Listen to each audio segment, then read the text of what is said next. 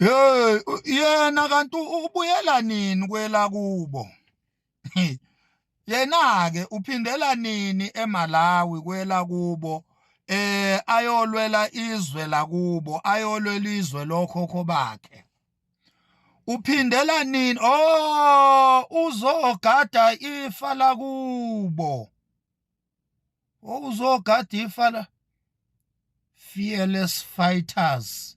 Fearless fighters, fighters, awuma-fighters ama uzogada ifa laku imake naledi cha uligade kahle-ke ifa lakini ifa lakini nje alishintshanga ngisho igama liseyi-fighter namanje selokhu lashiwa okhokho bakho liyi-fearless fighter namanje lisayi-fearless fighter iqembu lakini ifa lakini.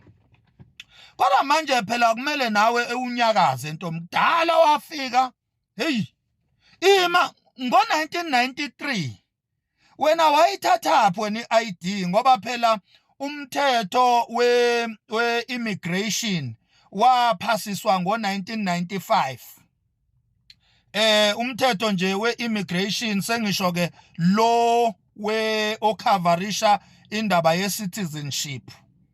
Indaba nje ye-citizen umthetho we-citizenship nje waphasiswa ngo-1995 manje wena ngo-1993 wayithathaphi i-ID ekabani le-ID number oyisebenzisayo wena naledi le-ID number oyisebenzisayo ekabani ngoba phela umthetho we-citizenship ukuthi la eSouth Africa sekuvumelekile ukuthi ama-foreigners athole i-citizenship yala eSouth Africa lo mthetho uphase ngo-1995 cha kulungile-ke ntombi ayi usuhlale kakhulu-ke kusukela ngo-1993 cha usungahamba-ke manje usuze washada madoda washada lapha kwaMpungose hawu hey koGowazi.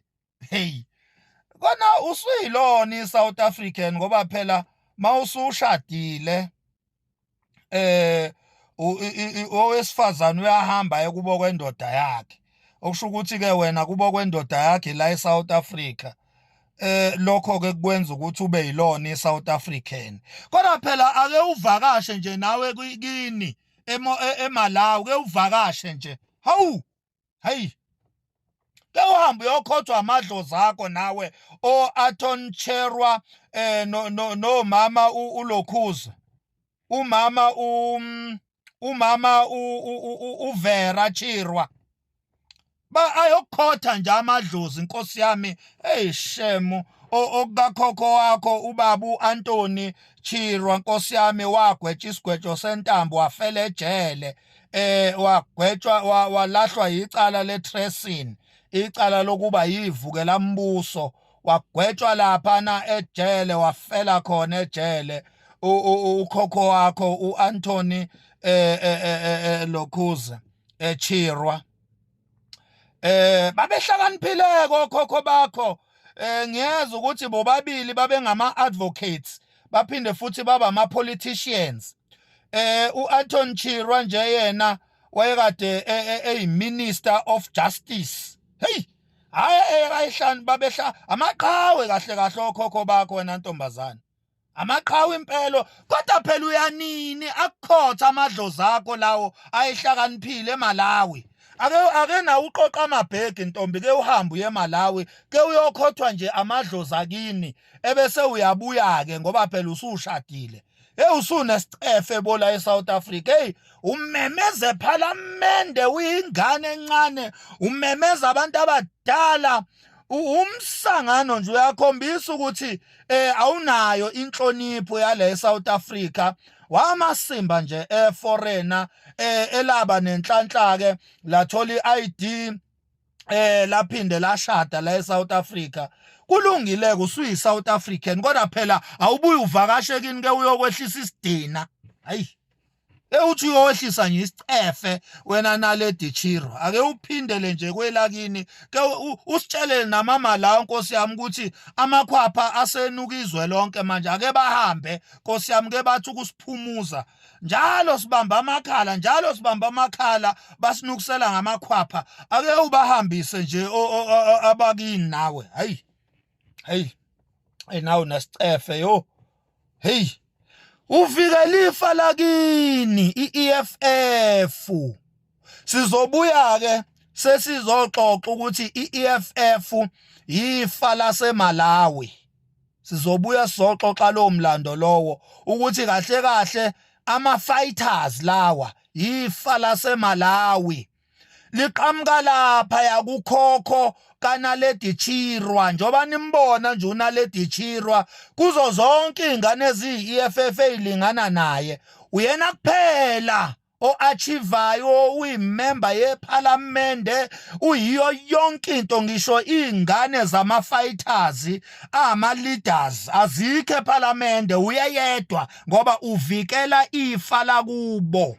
uNaledi Chirwa, lengane encane ememeza abantu abadala lapha ePhalamende, ayizenzi, inamagunya wonke. Angithi ibambe ifa lakubo ngezandla zombili kanje. i-EFF ilibambe kanje ifa lakubo uNaledi Chirwa. uMalema wayengenayo ichoice, kwakumele leyangane ayifake yonke indawo la ifuna ukungena khona, ngoba into yokuqala lento eyakubo, lento eyakubo kwalengane yaqalwa umama uVera Chirwa. Lento yama-fighters yaqalwa umama uVera, yifa laseMalawi, i-EFF. uMalema nje ubambe ifa laseMalawi, yingakho bekumele alifake iMalawian leli nalo lidle lingene kuma-position ebese lihlephulela iMalawi, oBushiri laba libahlephulele leli Malawian leli, isinkwa se-EFF, iy'thukuthuku ze-South Africa ey'biza i-South Africa, laba ayithumthum lezi eziyibiza ngama-fighters. Cha, bukhona-ke bonke ubufakazi okuphikayo lokho. Cha, akahamba yovula icala sihlangane ecourt. Zonke lezi ndaba engiyishoyo oyiphikayo akahamba yovula amacala sihlangane enkantolo ukuthi uNaledi Chirwa is a Malawian lady because both her parents are Malawians.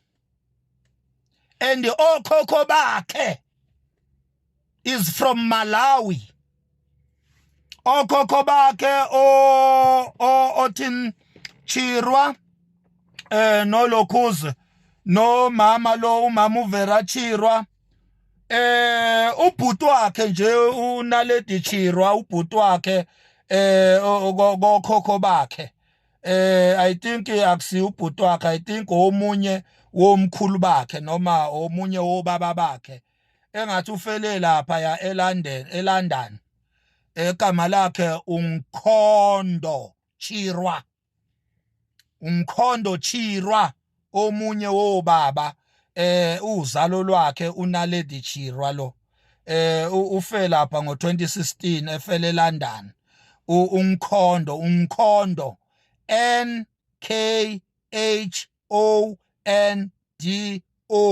Mkhondo Chirwa, ufele lapha ya eNgilandi ngo-2016, omunye wobaba bakhe uNaledi lo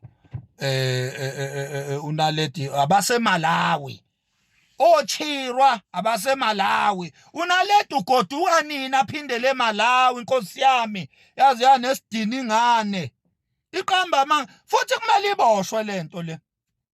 I-incite violent ithi lesigebengu lesomfana esigwazwe lapha eCape Town senze house breaking, singene emzini yabantu, uthi yena sibulawe imashi.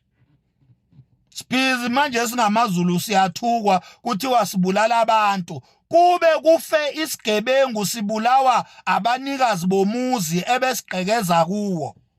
Le ntombazane leli Malawian leli lizosiqhatha la eSouth Africa, likoduka nini leli Malawian eluNaledi Chirwa, likoduka nini? Umile umbuzo. Thank you so much. Ngiyakubingelela Mbukeli. Nangu uMax Makhanya ebuza uNaledi Chiwa ukuthi yena ubuyela nini kwelakubo le eMalawi njengoba ehleli eSouth Africa, or uyi-fighter uzofayithela ibhizinisi lakubo. Mbukeli, ngisacela ubeke wakho umbono ukuthi uthini ngalolu daba likaMax mebuza uNaledi Chiwa ukuthi ubuyela nini kwelakubo. Siphinde sibonane kwelandelayo. Bye bye.